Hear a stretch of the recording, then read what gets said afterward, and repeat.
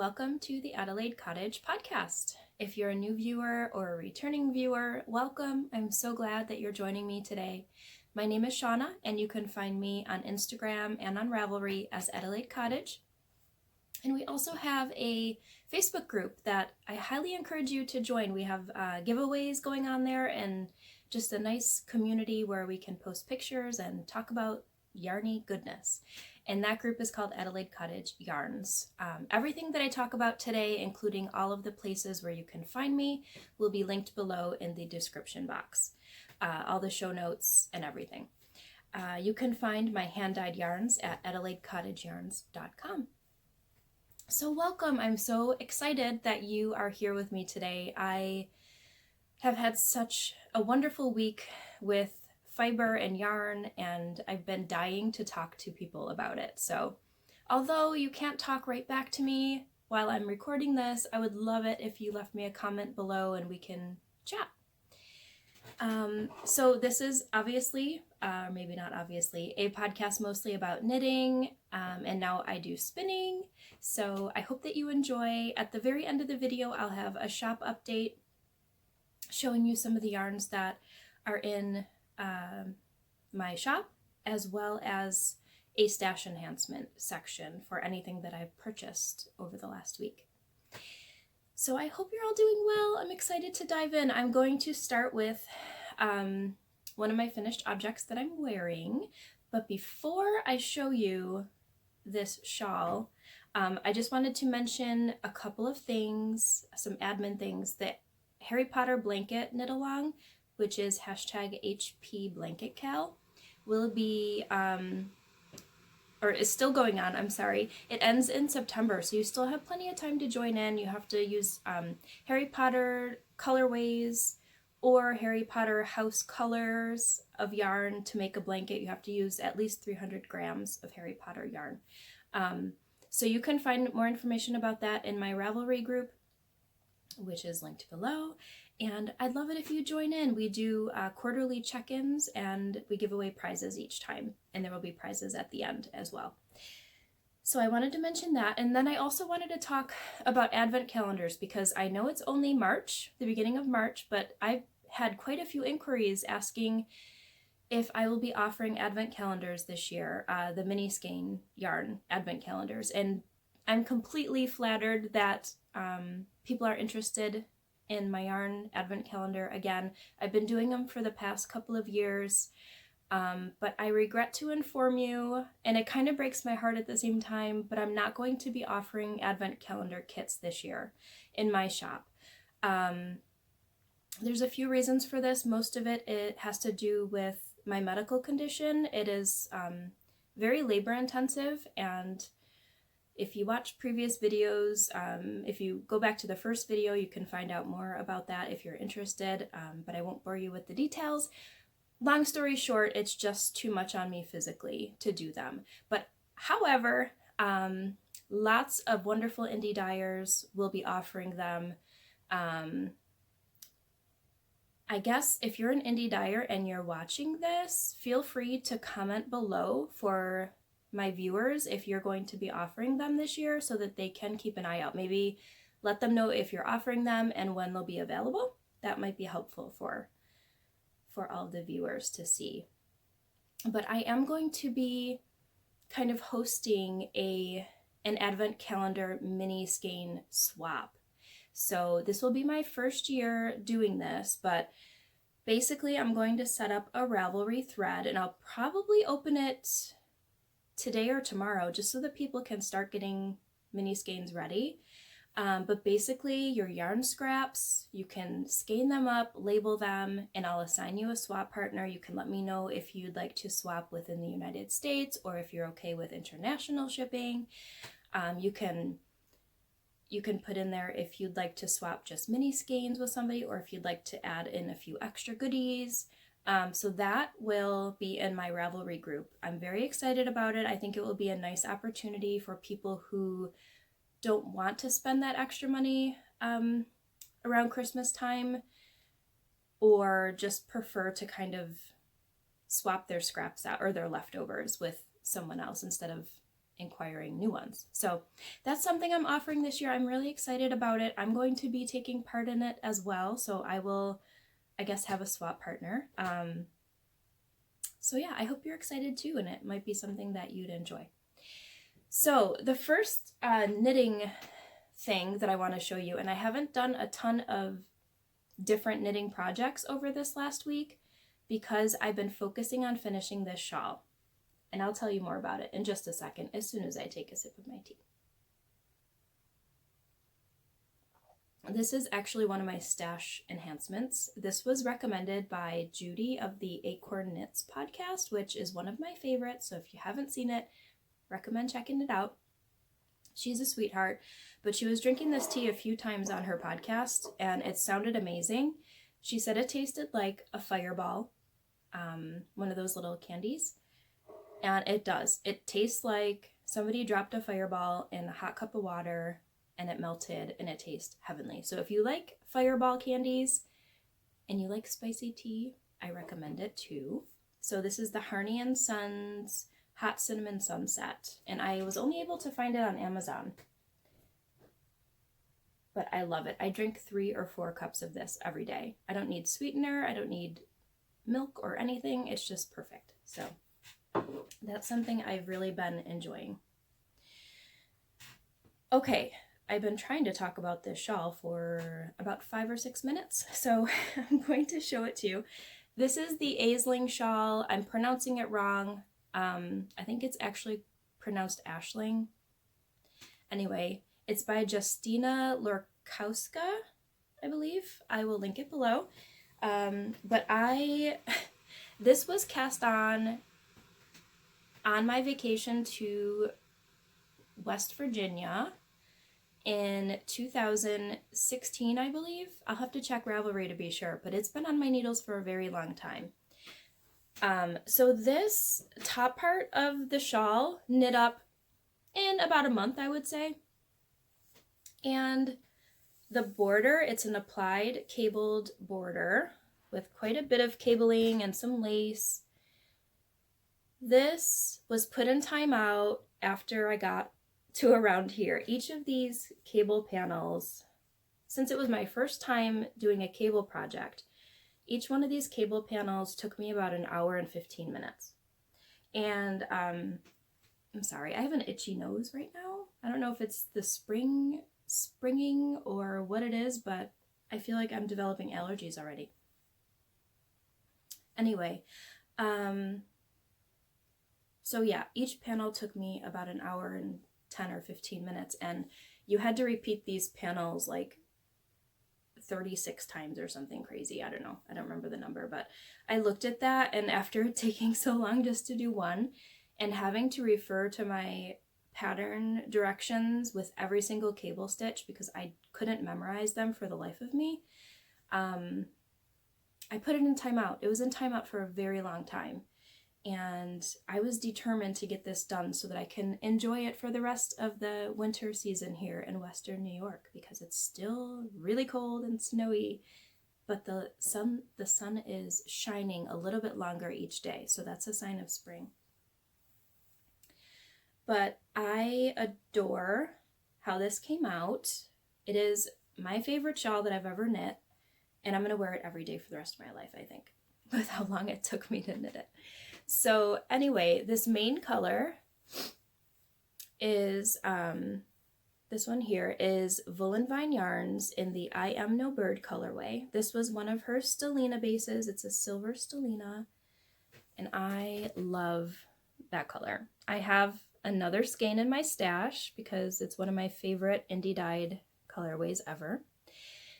This contrast color is my hand-dyed yarn, Adelaide Cottage yarns, in the light roast colorway, and it's available in the shop right now actually on fingering and DK bases.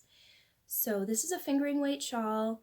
I ran out of yarn about halfway through the border and had to ask a friend who bought the same skein if I could trade her, because she wasn't using it at the time, so that I'd be able to finish this shawl. I mean, this shawl, it caused me a lot of stress, but it has nothing to do with the pattern. It was completely me. But I'm so glad that I finished it. I absolutely love it. I'm not sure that it goes with neon pink that well, but I don't care. So let's see if I could stand up and show you what it looks like a little bit better. So there's the back of it. And so I like it wrapped around my back, but I also like it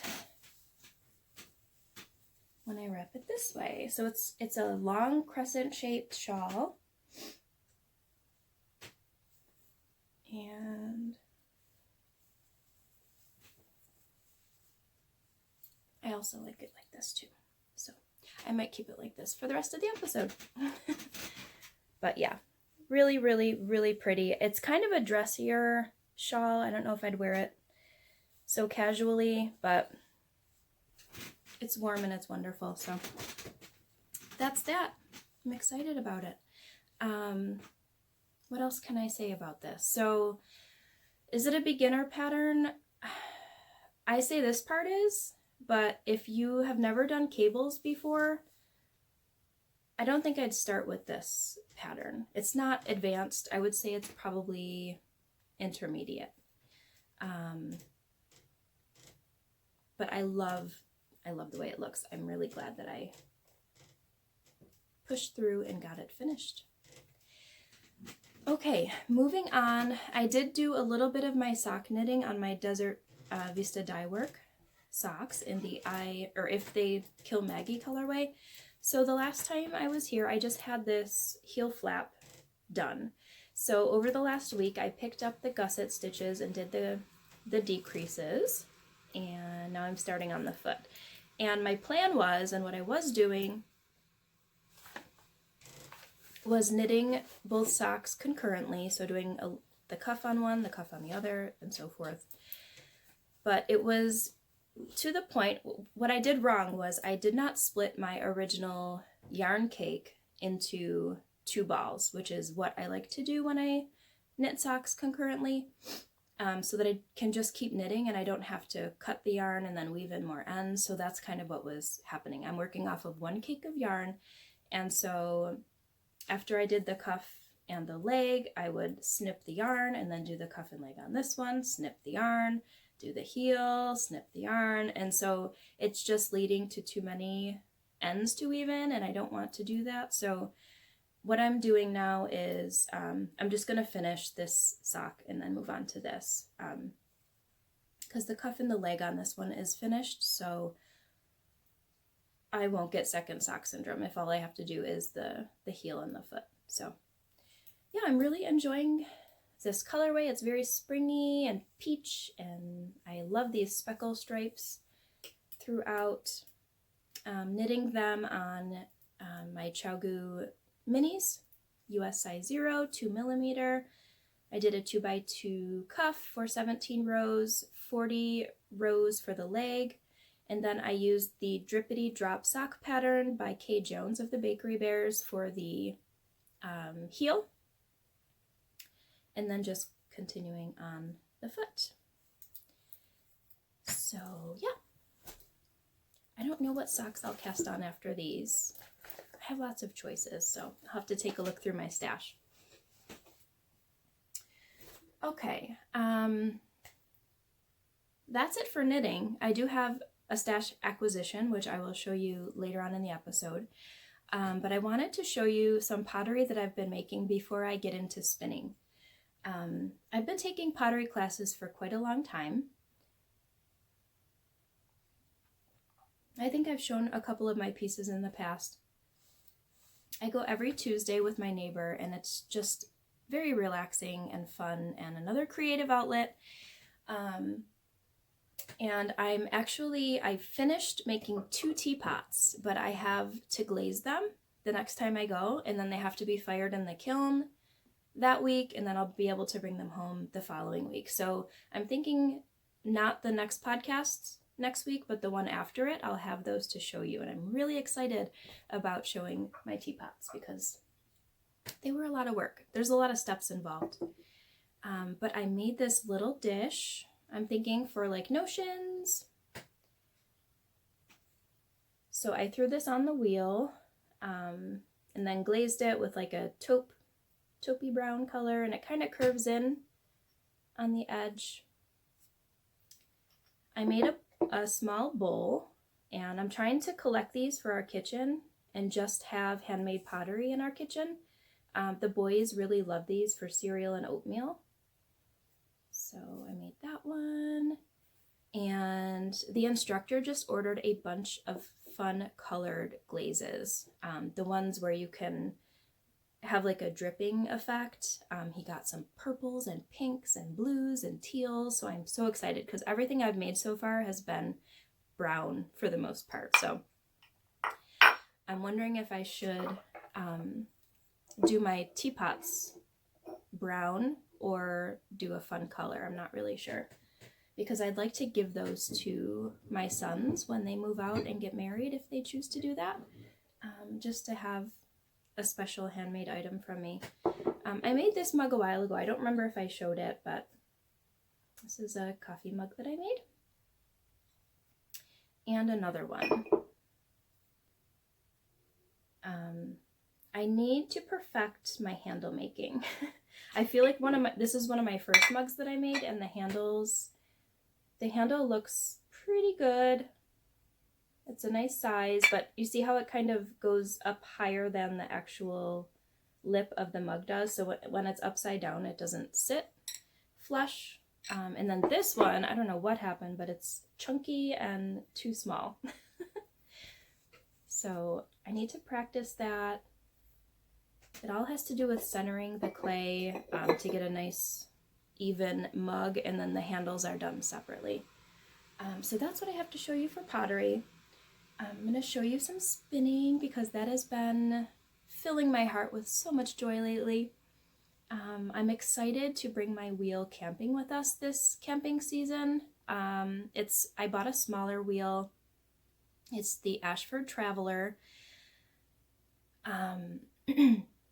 It has a built-in Lazy Kate, and I'm just looking for, I could see myself when we're camping in the woods, me just sitting outside of our camper, listening to the birds chirp, spinning fiber into yarn while my boys play and beat each other up, because that's what boys do.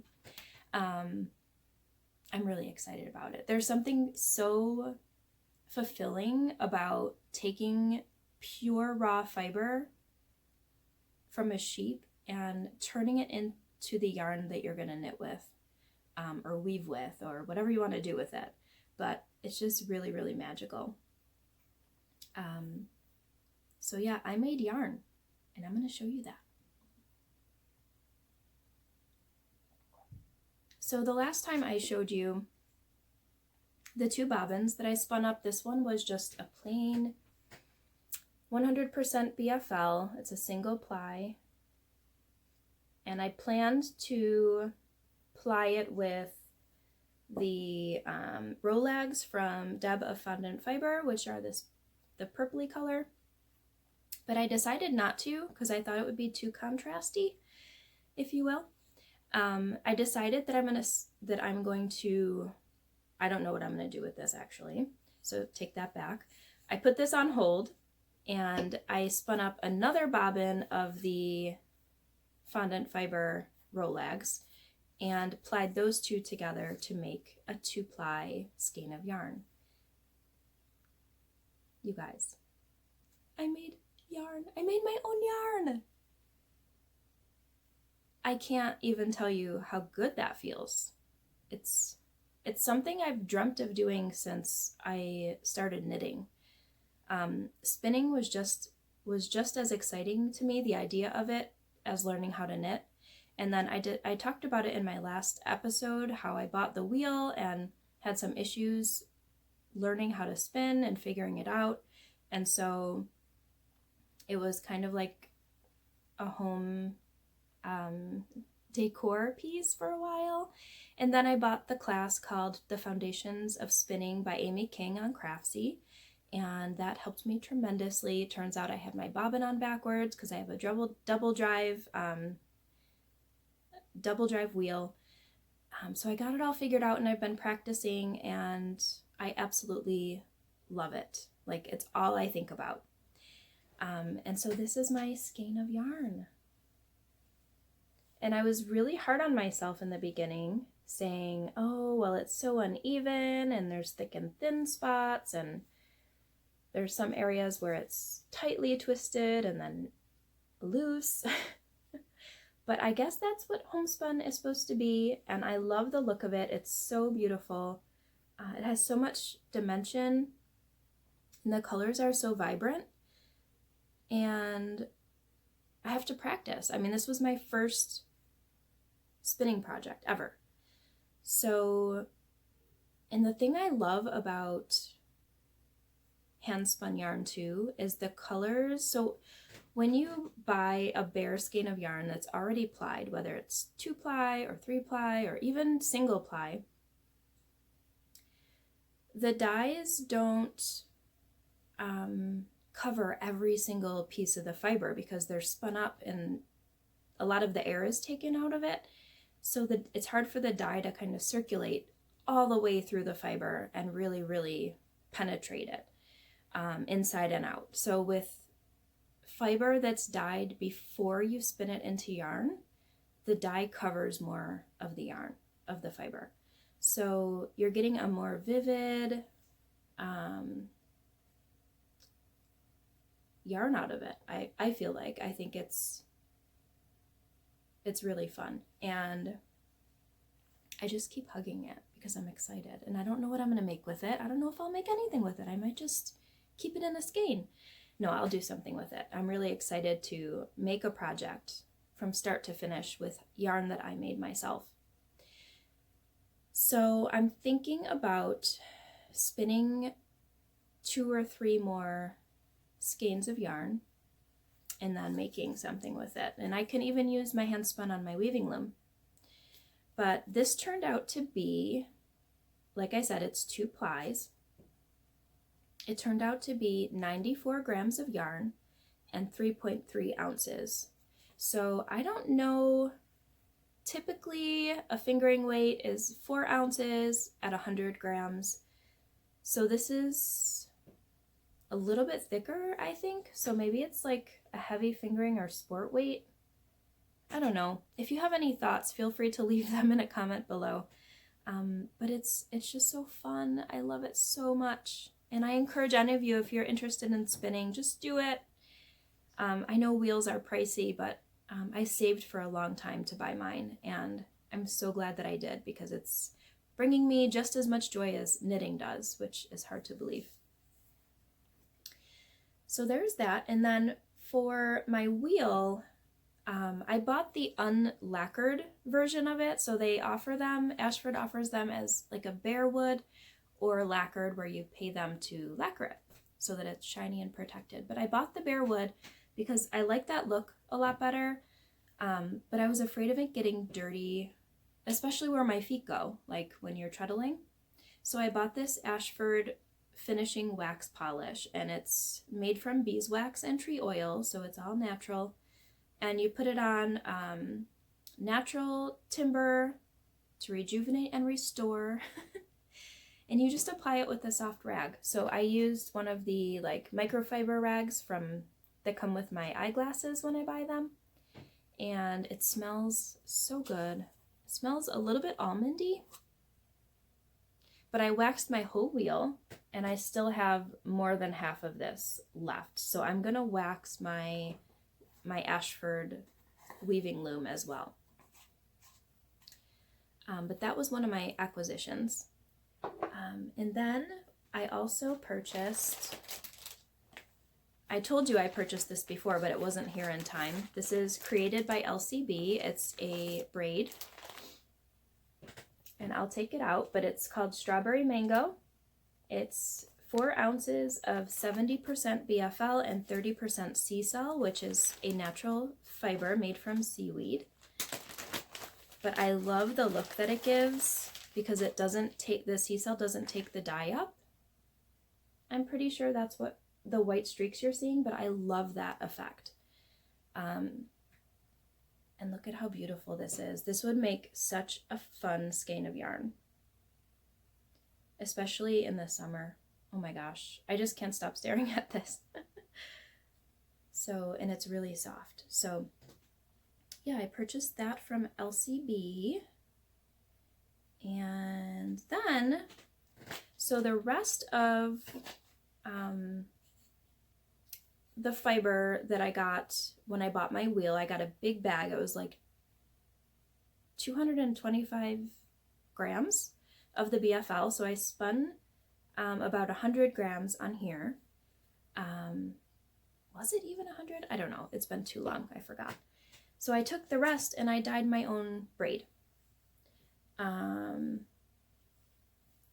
So since I have all of the dyes, I figured I would put some color into it and then spin it. And then maybe I will dye this one of the colors that's in the braid and then ply those two together. I don't know, but I had fun dyeing this. One other thing that I purchased that's spinning related, and then I'll show you my knitting purchase. I'm really trying not to buy a lot. I'm not going to have stash acquisitions every week, but seeing as though I just started a new hobby, there are a few things that I wanted to get. So this was a book that was recommended by one of my podcast viewers. She was such a sweetheart, and she sent me this really nice message that was motivational and encouraging, and she basically told me that she saw my yarn on Instagram because I posted this on a bobbin, and said I was doing a great job, and she's been teaching for years, and she really thought that my first project was really, really nice, and recommended this book. And she's read tons of books, and she's I don't remember if I told you, but she's a spinning teacher. But this was one that she borrowed from a friend and ended up buying her own copy because it teaches you how to spin exactly the yarn that you want for a specific project that you have in mind. And it's called Yarn-A-Texture by Jillian Moreno. And I love the way the book is broken down. And you also get lots of patterns in here that are designed for hand spun yarn. So she breaks it down, since it's called Yarn-A-Texture, like architecture, it's broken down into chapters that have to do with like building a house. So there's the blueprint, which is your yarn vision, and there's the foundation where you're picking your woolen fibers and the differences between them. The frame is the fiber prep. The walls is all information about drafting. The roof is all about plying. The paint is all about colors and how they, like, there's different ways to spin a braid and other fibers, and she shows you how it changes the look of the yarn based on how you ply it. So this is all from the same braid, and it shows you how it's plied in different ways and what the swatch looks like. So you get different effects with each type of plying, which was really interesting to read about, and so on. And she goes all the way through. The front door is finishing, and then the landscaping is actually knitting with your hand spun.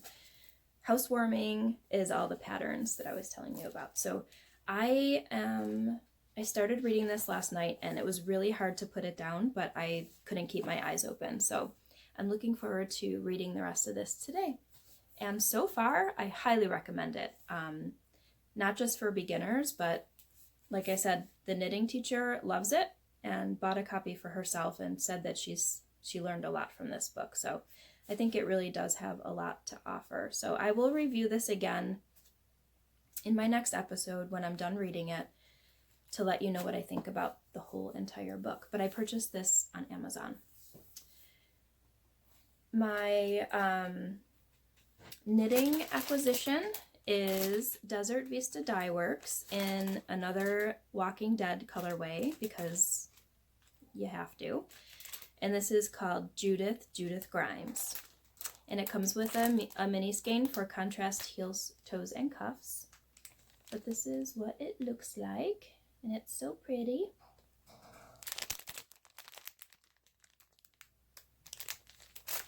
And this is, what are the cats doing in there?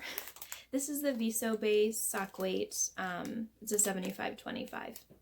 And then you get an extra 100 yards for the mini. The last exciting thing that I purchased is a blending board. So naturally, I want to start prepping my own rolags and fibers to spin. I purchased this on the Spinnery on Etsy. Jody is the owner. I purchased my weaving loom from her last year, I believe, and the customer service was amazing. The shipping was super fast, and she also offers like store credits when you buy things from her shop. So with the weaving loom, I think I got a $15 or $20 store credit to use towards whatever I wanted. And then with the blending board, which comes with the dowel rods and this little stand for the back, and you get the brush, which, where did I put it? Here it is. I have everything in a little basket. Yeah, is that it? Yes. You get the little brush to blend the fibers, but she included some fiber. So she just tells you to let her know what your favorite colors are. So I told her pinks and purples. I like muted and I like bright, so she sent me some bright pink and purple merino, purple bamboo, a really pretty orange fire star, which is like a sparkly, oops, dropped it, hope you saw that, a blue Angelina, a pink Bordeaux, I think is how you say it, some really pretty iridescent pink Angelina.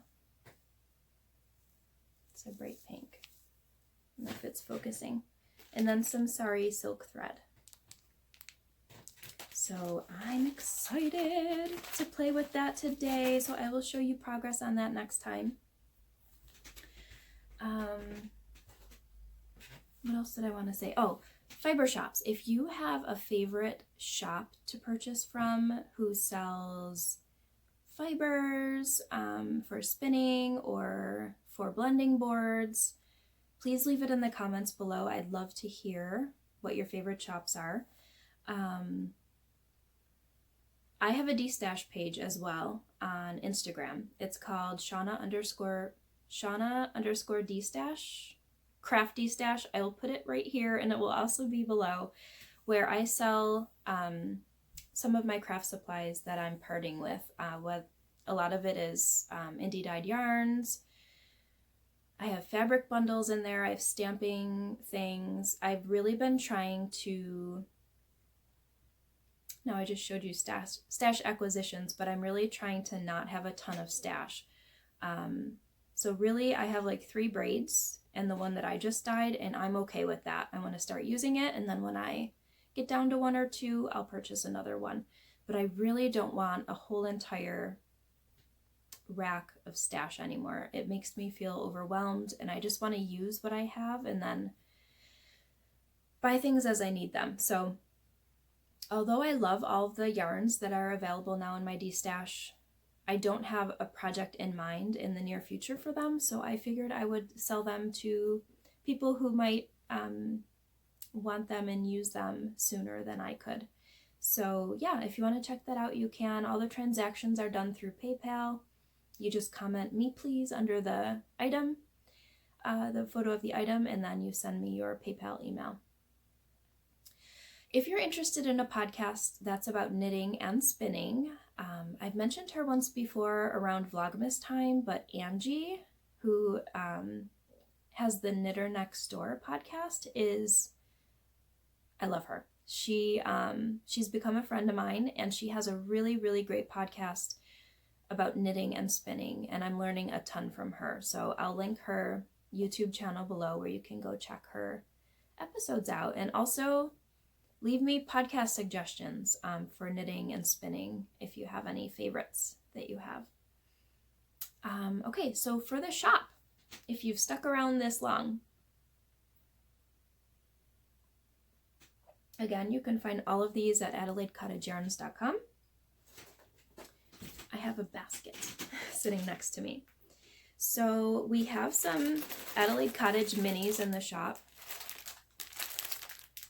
They are 5 packs of 10-gram mini skeins available. There are a few of those. I wanted to show you these. These were part of my last Harry Potter Mini Skein Club set. These were 2 of my favorite colorways that came out, and they are going to be regulars in the shop. So the next time I dye yarn, I'm going to have full skeins available in both of these. This is my Hogwarts colorway. And I know it's not a typical Hogwarts colors, but Hogwarts to me is magical, and magic to me is bright neon colors. So we have a base of gray here with some really pretty, vibrant, bright colors. And this is my Weasley's Wizard Wheezes colorway, which is a really pretty peachy neon orange and a really pretty pinky magenta.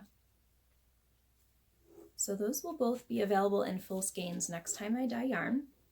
And I wound them up. I kind of reskeined some for a swap, and these are just a couple of them reskeined. See how the colors distribute. I think they're really fun.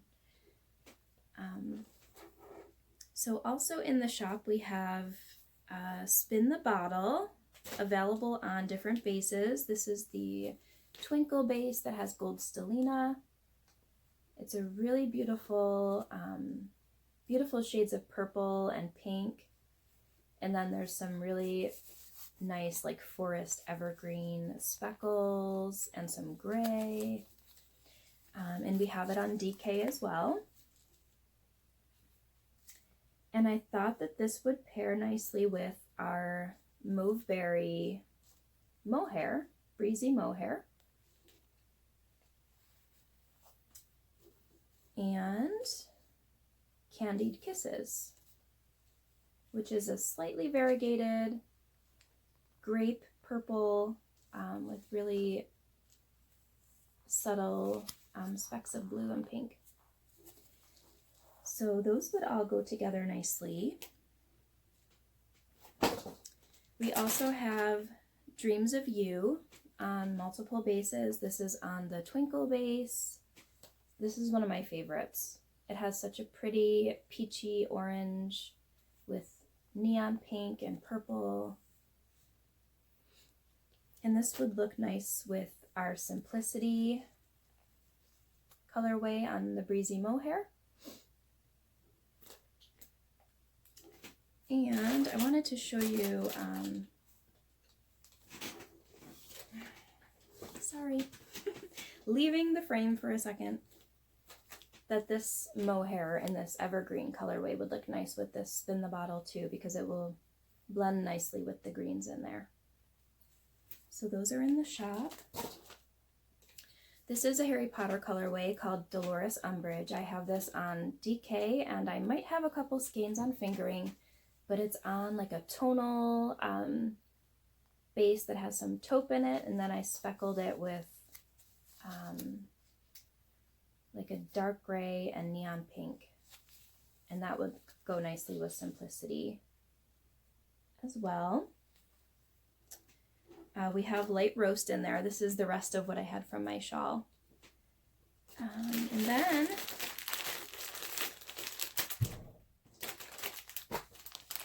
English Breakfast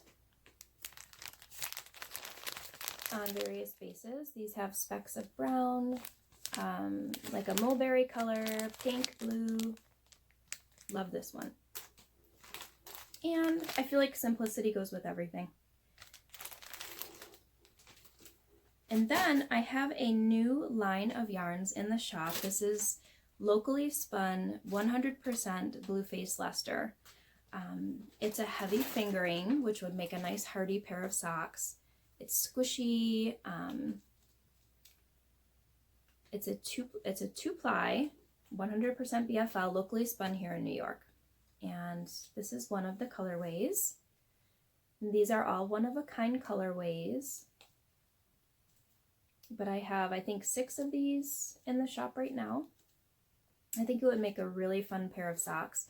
Even though there's no nylon, BFL is a long staple length, which is a very nice thing to have in yarn because it won't felt as easily as like a merino that has a shorter staple length. This is more of like a rustic feel, almost like a hand spun type of feel. So I really love the way that these came out. Nice fun spring colors. We have this colorway too. I think it would pair nicely in a shawl. It's like a spearmint color with little pops of bright green. I really love this one.